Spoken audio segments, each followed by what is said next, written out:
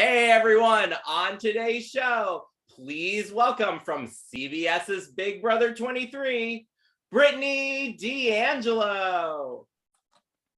Hey everyone, what's up YouTube? I'm on the Mike Rand show, ready to wrap this for you. It's your girl Britney. You know, I'm absolutely stoked to be here with you today. I'm expecting the laughs, but especially the party. What's up, Mike? So excited to be here today.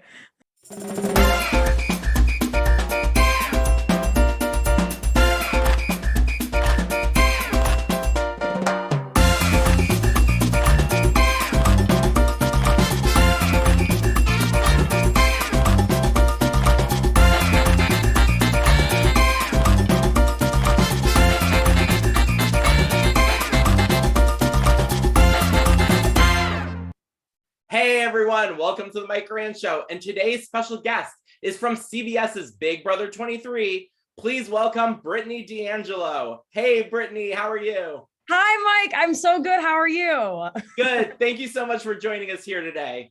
Oh my gosh, thank you so much for having me. I'm so excited for this. You gave me an excuse to wear a really comfy sweater, which is awesome. You're welcome.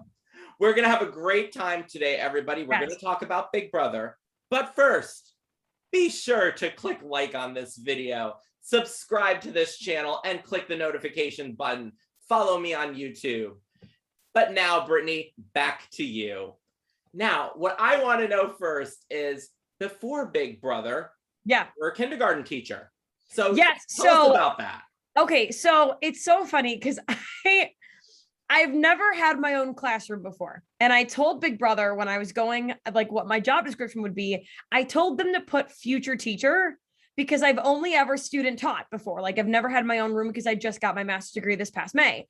And so I student taught in 6th grade and I student taught in kindergarten.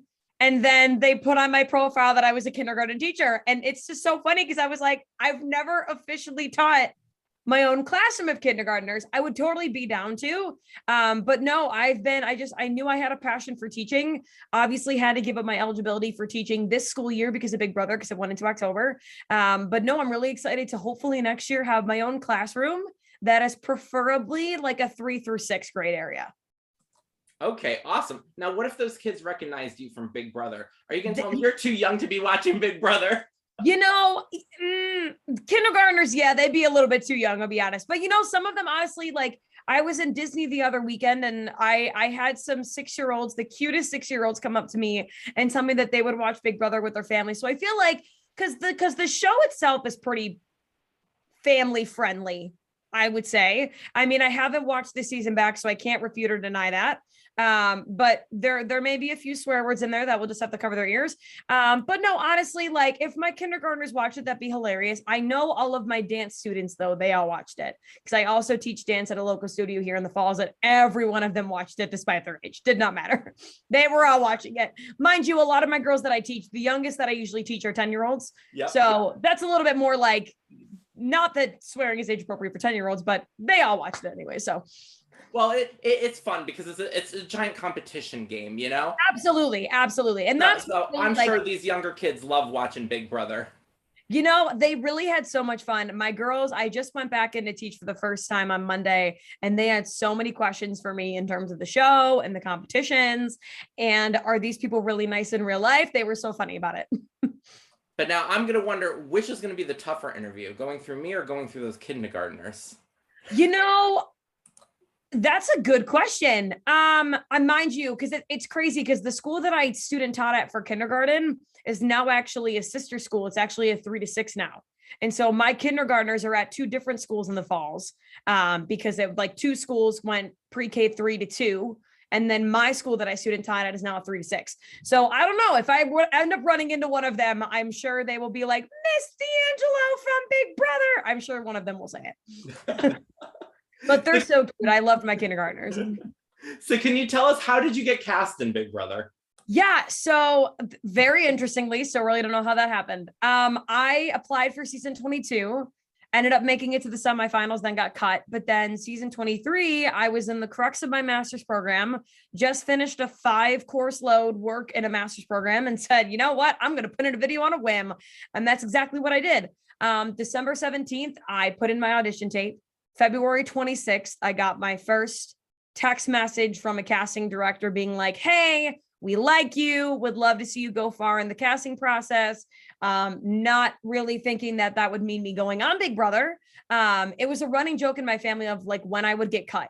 Like that was the running joke in my household as to when would Britney get cut in this casting process. And we started betting each other as to when that was going to happen. But then it never did. And it just kept going and going. And then June 26th, I was taken from Niagara Falls and flown to LA. Awesome. And were you a fan of the show before? Oh, of course. I've been a fan of the show since I was 18. Once I saw season 16 with Derek and Cody, saw the Hitmen in action, that's when I wanted to join. And season 16 started it all for me. Tell us what it was like your first day in the house and who did you go into the house with? Yeah, so I went into the house with Azah, Alyssa, and Whitney. And going into the house, I mean, it was surreal. Like you dream of walking into that Big Brother house.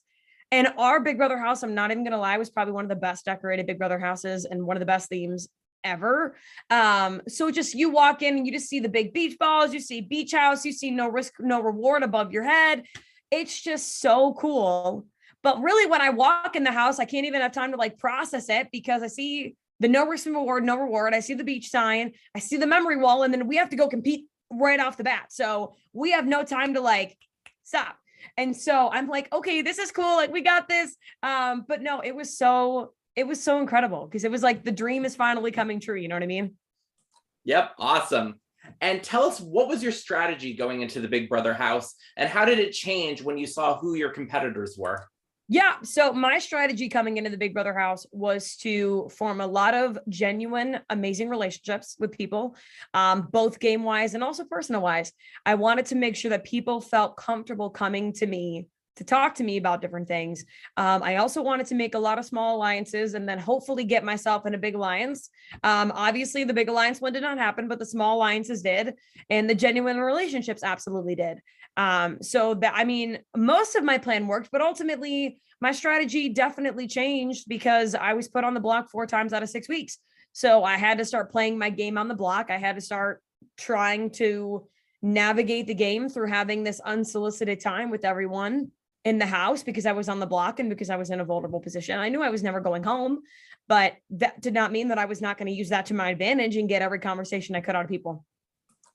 How did it change your strategy knowing that there was a team aspect to it? Because you didn't think there was going to be a team aspect going into the house, correct? No, absolutely not. For me, teams definitely changed the game for me. I mean, obviously I thought we were going to be going in as 16 individuals. Then you are put with a set team.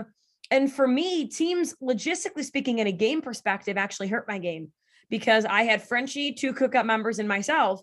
So with Frenchie's Funhouse week 1, nobody was really interested in working with our team after that because Frenchie had made deals with everyone at that point. I love you, Frenchie, if you're watching this.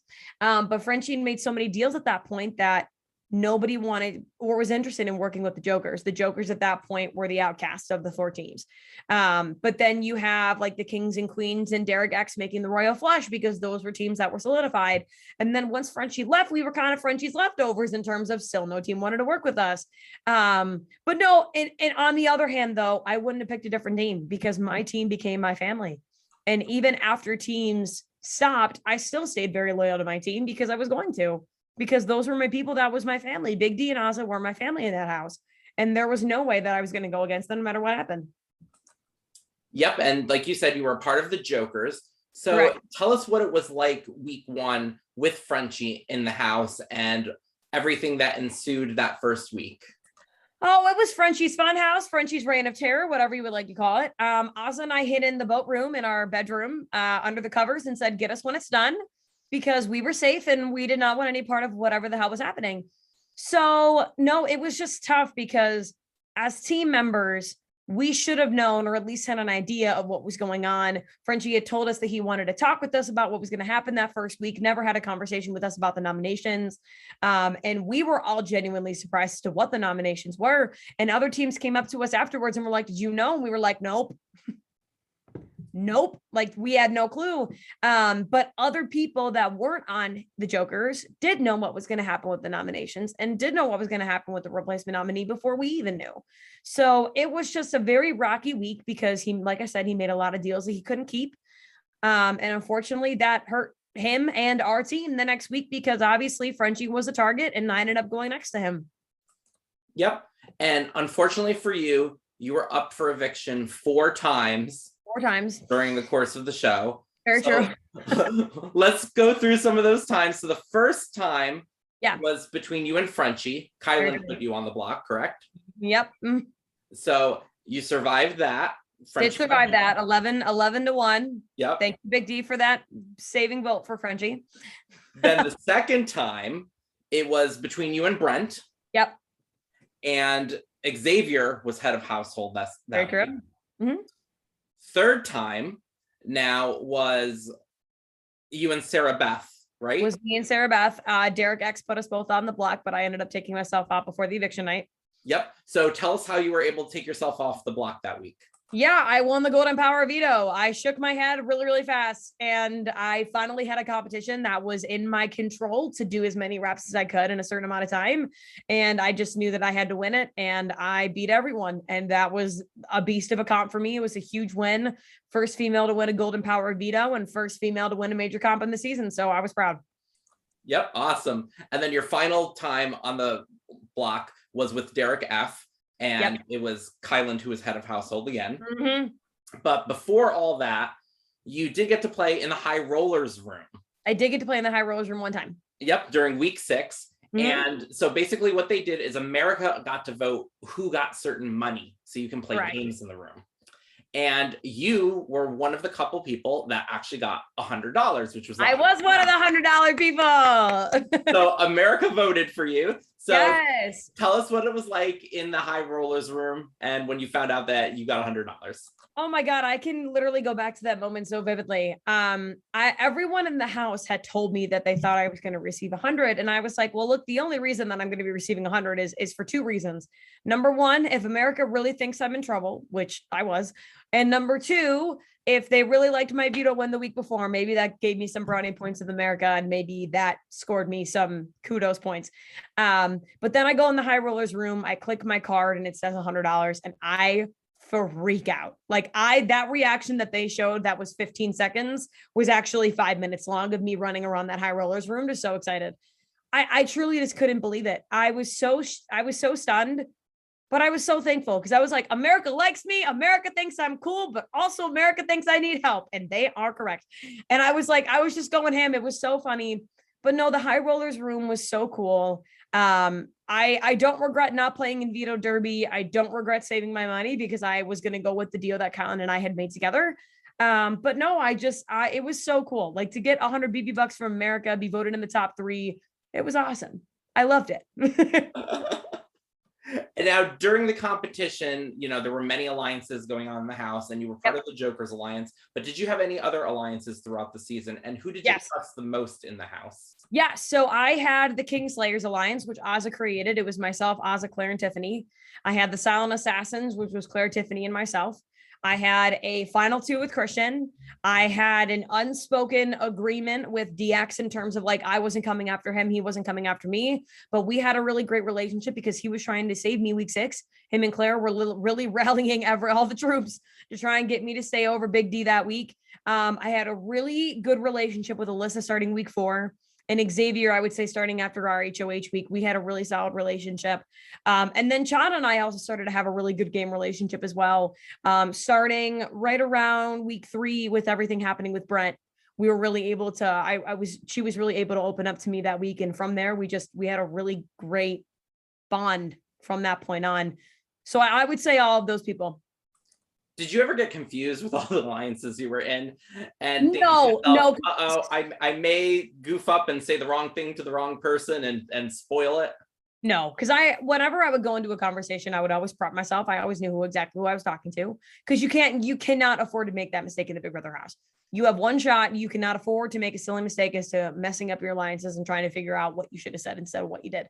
But no, honestly, I had such a different relationship though with everyone that I knew my comfortability level with everyone was different. So what was your favorite game to play in the house? I gotta either go with Kingdom of Carlock just because I won it, or Fun Tan Lotion. Fun Tan Lotion was so much fun. I had so much fun playing that. That was the week 2 veto competition. It was so fun. Like I literally wiped out and it was the best. I loved Fun Tan. And which competition did you hate the most? The wall. Well, okay, here's the thing. The wall was my favorite HOH comp to play in because I was the one that lasted the longest, and that's not even a lie. It was the longest HOH comp that we had played, but also it was so cool because obviously, like, being a BB super fan, like, you want to play the wall. Like, you definitely want to do the wall. But the wall hurt. The wall sucked on your body. I was giving every part of my body into that wall and it did nothing. So that wall was killing me slowly. Not really, but it was just deteriorating my body very, very slowly. Was there any competition that if you had stayed in longer, you really wish you would have been a part of? Yeah, the one that happened right after I got evicted, that balance beam competition that I would have beasted had I been in the house. Pissed. I literally am an ex-gymnast. I would have ran across those balance beams like it was the floor. It would have been the easiest competition for me in my life. It would not have been a contest. I would have just won it. And oh God, that competition would have been super fun. Obviously BB Comics. I would have loved to play in Micro Cocktail, even though I think I would have sucked at Micro Cocktail. But I would have loved to play in BB Comics. I would have loved to do the egg one.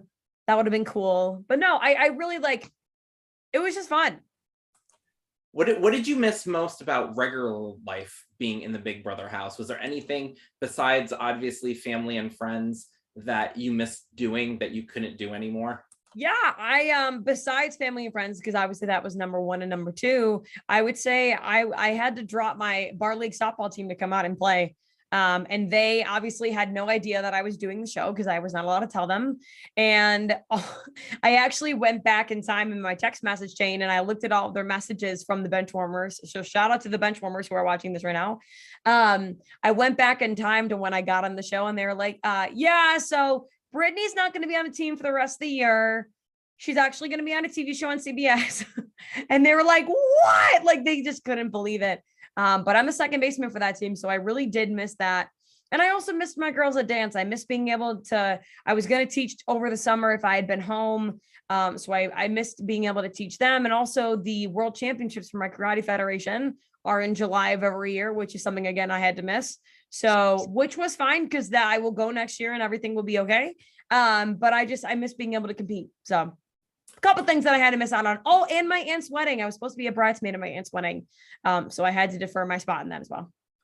What would you say was the most fun you've had in the house? And what were some of the things that you did to pass the time? Oh my God. I mean, Mafia was so fun. We would play every version of Mafia humanly possible in that house. I mean, Hollywood Mafia, Jungle Mafia. We tried a Mean Girls Mafia at one point. Just like, it was so much fun. Like regular Mafia. Then you had Travis Mafia. Like you had all the Mafias. But it was so much fun to play Mafia in the house because it was just the time where everybody could just like decompress and unwind and not care about what was happening and just in the game and just relax with each other. We did a lot of improv games in the house, which were super fun to do because obviously I'm theater, so I love improv. But those are really, really fun to do. A lot of chess in the house. I got pretty good at chess. Not gonna lie, I think I'm a chess champ. I'm not really, but I would like to consider myself one. But no, just a lot of like really like funny things like tanning at the pool side or playing a lot of pool or doing pool tournaments. Or we had this one game where that Frenchie created where everyone got a assigned ball. And when you hit that person's ball in, they had to do a dare. So my dare that I had to do was I had to do a rap for X. And I ended up doing that rap. So it was so fun. We created the most abnormal games. Oh, we also played Among Us in the house. We did that.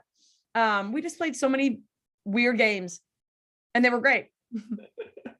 How stressful was it for you being on the block so many times? And how did you make it to eviction night? You know, trying to think of strategies to stay in, what you had to say to people. Well, the good thing, I mean, besides that last week that I was in the house when I was evicted, the great thing about the other 3 weeks was that I knew that I wasn't going home. Like I knew that I was staying against Frenchie. I knew that I was staying against Brent, and I knew that I would stay against SB had I stayed on the block. But on the other hand of that token, The stress was definitely still there because when you're on the block, that stress doesn't go away. It does get easier as the weeks go on, I will say, because at that point you're just kind of used to it. So by DX's week, I was just used to it. But then it was nice though, because I got a heads up with Xavier. I got the heads up because I volunteered to go on the block next to a king with DX. So I knew that it was coming, which also kind of helped me process it. But no, I mean, you still go through all the emotions as if you're going to be sent out the door because you're not safe on the block until Julie Chen tells you the person next to you is going home. So it definitely was tough trying to manage the stress, but I think I did a pretty good job at it. Some people cracked on the block. I was not one of those people. I just took it one day at a time and really used that unsolicited one-on-one time with everyone for as long as I wanted it in groups or by themselves to gain as much information as I needed to and to further my relationships going into the next week. The week that you went home, were you surprised by your eviction that week? No, because something to me was off because Big D did not have to campaign at all. And everyone was still 50-50, even going into Thursday with Big D not campaigning at all and me giving them all these reasons as to why I should stay. I came up with a 6-point plan the week that I was evicted. Even Chada and Tiffany came into the jury house and said that I had the best campaign to stay. Like my campaign just made sense for every reason in the book. And so it was tough, but I mean, it wasn't a shock to me. I did get a heads up about an hour and a half before eviction that I was going home and that it was going to be me. But I mean, at the end of the day, it's a game and we signed up for this game where you potentially could get evicted. So I was not shocked. I was upset, of course. But no, I saw it coming. I did. I was fighting my butt off and it seemed to work for some people, but it wasn't working for the majority, which was okay. When you did get sent home, did you feel that there was anyone that was in an alliance that you weren't aware of, or you thought like these people must be working together and I'm just not in their alliance? Yeah, I felt that way about Tiffany because Tiffany was in, like I said earlier, Tiffany was in 2 alliances with me and with the Kingslayers and the Silent Assassins. And it was so odd to me that Claire was fighting so hard for me to stay, but Tiffany was not. Tiffany was hearing me through, but she wasn't really solidifying the fact of like, hey, I want you to stay, and obviously voted against me staying and kept Big D for now reasons that I know of. But no, I was surprised. I was like, Tiffany's got to be working with more people than I think she is, and she's got to be covered by more people if she had no problem sending me out of the door the way she did. So Tiffany was the only one. And then I knew that Xavier was in a great position because Xavier never had to say anything. Xavier was one of the only people that actually did not come up to me that last day that I was in the house and say, hey, I'm not voting to keep you for reasons X, Y, and Z. He just hugged me and said, I'm sorry. You know what I mean? He didn't have to say anything to me. He didn't. So once you went to the jury house, you were the first member of the jury. So you had to spend a week alone in the jury house, right? I did. What did you do all week in the jury house? I'm telling you, Mike, I'm telling you, that was one of the best weeks in the jury house. It was so nice because I was the only person in the game that got a week to myself, so I was able to decompress and just relax. It was amazing for me to like be able to sing in a house again without being told stop singing, or like dance in the house, or we had an elliptical there so I could finally like work out and really get a good sweat in, because it was kind of hard on the bikes. Like the bikes are fine, but they're not ellipticals or treadmills. And I got to cook for myself. Finally, I got to eat clean because I had the energy to do so. I got the outside 24/7. That was the biggest difference because I am a huge person. I'm like, vitamin D, feel me, please. And we couldn't do that in the BB house because we only got the outside for 1 day, maybe 2 if we were lucky. But in the jury house, we got it every day. And so that was just amazing. And we also got unlimited Netflix and Amazon Prime in the Big Brother house, or in the jury house, not the BB house, in the jury house. And I watched 9.5 seasons of Grey's Anatomy. So it was pretty great. But no, it was a great processing place. It was a great place to just decompress and relax and really take the game in. And I made that house my house. It was no longer the jury house. It's Britt's house and everybody else is living in it. Now, who did you think was going to be the next member of the jury once you got in there? I thought it was going to be Kyland, Alyssa, or Sarah Beth were my guesses. I thought that after obviously with Kyland being the HOH, Sarah Beth wasn't going to get touched. But after the way she acted in week 5, I really thought that Sarah Beth had put a really big target on her back, where if she did not win the HOH, she was coming to me. And I couldn't believe it was Derek X. Now, who did you think, once you did go in the jury house and you were the only one there, who did you think at that point in the competition was going to be the final two? Xavier and someone next to him. Xavier and someone. Didn't matter who that someone was. It was Xavier and someone. Yeah. I knew that Xavier had set him up so well. And I knew that no one was going to be spited by him in jury. I wasn't spited by him. I thought I respected, and every single press interview that I did, Mike, I said that Xavier was playing the best game so far. And I hold to that. I thought that he was playing an amazing game. Obviously didn't know who created the master plan that we had figured out in weeks along in jury. And that had been Tiffany. And Tiffany would have had a very good chance of getting my vote had she been in that final two. But no, I really thought that it was going to be Xavier. And I was obviously hoping Big D or Ozza was going to take that second seat. And they did. So go Jokers. Was there anybody who were you most surprised at to see walk through the jury house? Derek X. Because I didn't obviously see the cookout, but once Derek X got to jury, we started to put the pieces of the puzzle together. I figured out the duos portion. Kylan had sent to him in his goodbye message that there had been a secret alliance that was created day one, where no member of the alliance has been evicted yet. And we put together that had to be X, Ozza, Tiffany, and Kai. And we didn't know about Big D and Hannah. But then I figured out the duos. I said that Kylan's was SB, Tiffany's was Claire, X was Alyssa's. And then I said Ozza's was Big D, but Ozza's was me. I don't know why I was thinking that one. Ozza was me. But no, we started figuring it out slowly. But I was shocked to see Derek X, because Derek X obviously was eligible to win that HOH, because that would have meant that he would have had to lose an HOH and a veto. And he didn't even get to compete in that veto, which sucked. And he didn't play in the high rollers room, which he totally should have, but that's okay. May bygones be bygones, but I'm glad that he made it one more week than I did, but I was not happy to see him there. And when everybody got eliminated and came into the jury house, you got to watch how they got eliminated. So did you watch like the entire episode that us at home got to watch? No, so we just watched the competitions and the ceremonies, not the speeches though. The only speeches we saw were finale night, or no, we didn't even get to see finale night speeches. No, we literally just got to see competition, like the HOH competition, nomination ceremony, veto ceremony, finale, or like the end of the week, Thursday live show. That's all we saw. So it was very quick. Sometimes they would let us watch the HOH competition. Sometimes they would let us watch the veto, but other times they would just skip to who won it.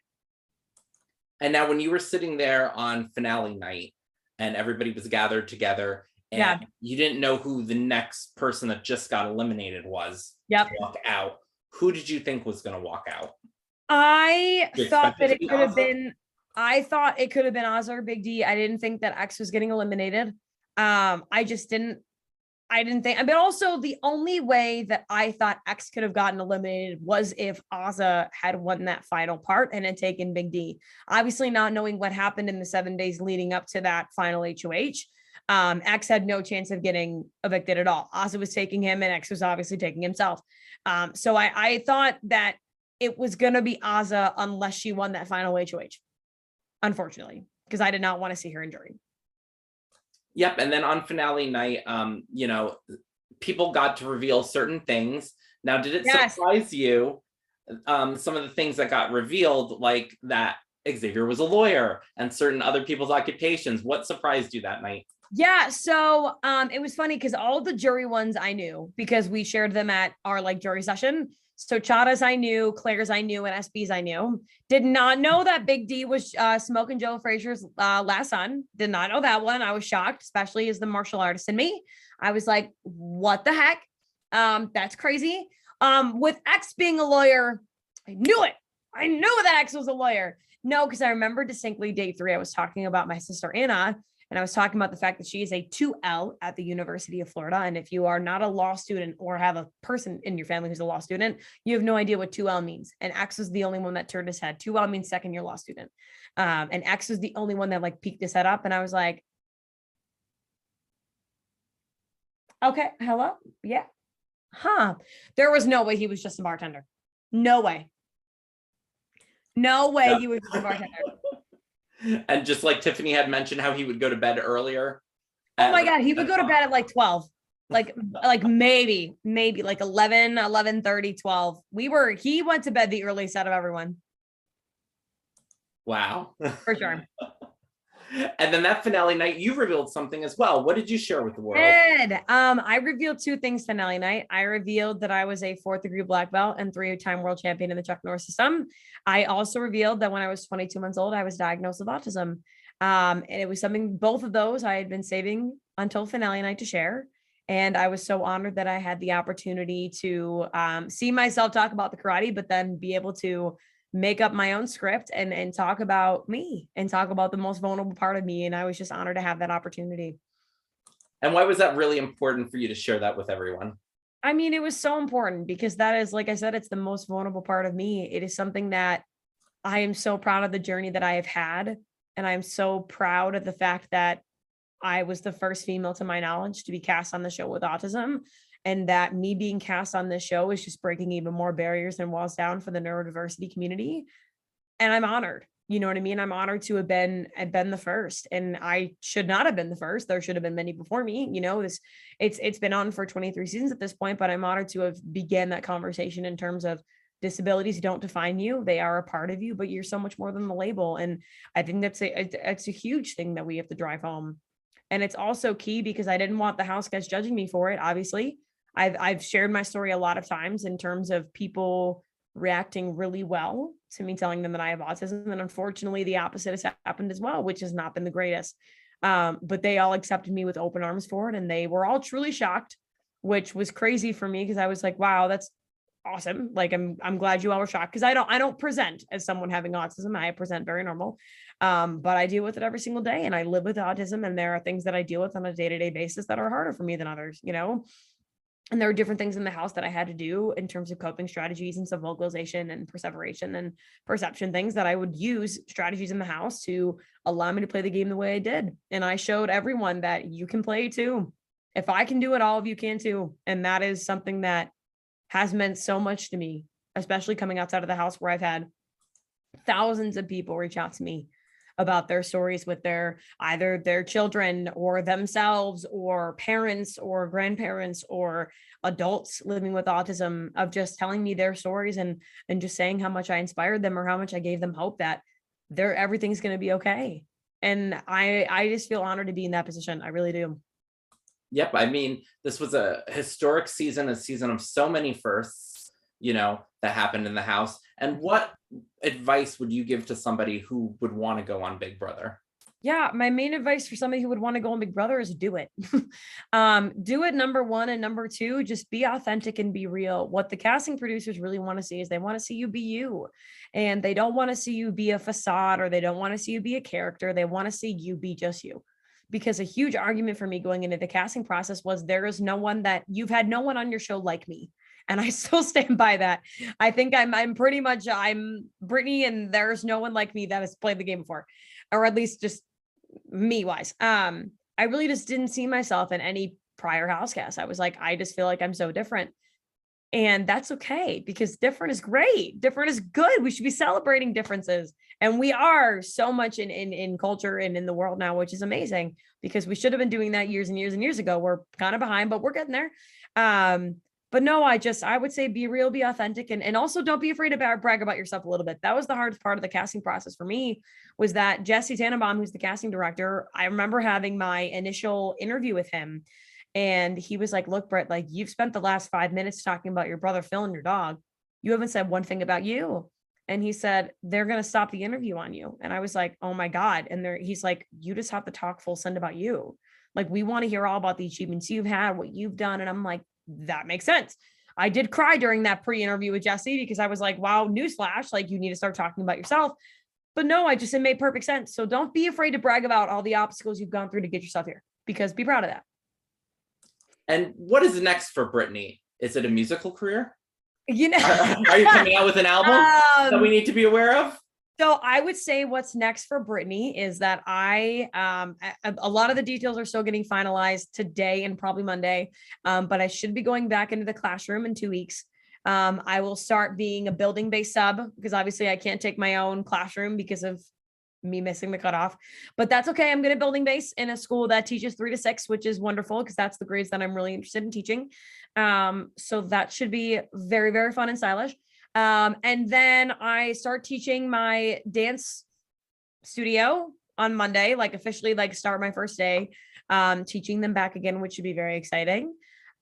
Doing lots of TikToks, lots of social media stuff, because I'm just trying to navigate this new world of social media that I'm in, which has been very interesting and has taken me some time. But also just traveling, because I don't know where I want to live next year in terms of where I want to teach full time. I definitely want to find a place where I can do everything that I'm interested in. And hopefully some live theater, because I miss performing. I miss singing and dancing and performing in front of live audiences. Obviously I have that BFA in theater performance. I want to use it. I do have a musical lined up in August of 2022 that got postponed 2 years because of COVID. So if that musical goes up, then I should be good to do my first show in Buffalo. But no, I'm excited. I'm keeping it open. Options are open right now, but definitely going back to teaching, at the studio, and just living my best life with a lot of Disney trips. All right. And now it's time to play the lightning round. Oh my God. Okay, cool. So I'm going to name you a couple things and you tell me which one you prefer. Okay. An iPhone or an Android? iPhone. Oh my God. Thank God X finally changed his tune. X was team Android for like ever, and he finally got an iPhone. So X, congratulations. iPhone all the way. Would you rather make plans or just wing it? Oh, make plans. I am one where like schedule is my thing. Make plans. Baseball or football? No, not allowed. You can't make me choose. Am I watching it or playing it? Watching? Watching, I'll say. Okay, if it's watching, it's football. Okay, and if it's playing, it's baseball. Baseball. Okay. Which is softball? I give that a category. Which is worse? You can't stop sneezing or you can't stop the hiccups?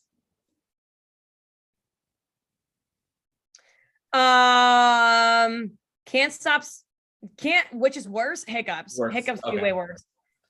Vanessa Hudgens or Vanessa Carlton? Vanessa Hudgens. Friends or How I Met Your Mother? Friends. Scream or I Know What You Did Last Summer? Scream. Sunrise or sunset? Sunset. Ping pong or air hockey? Ping pong. Oh, for sure.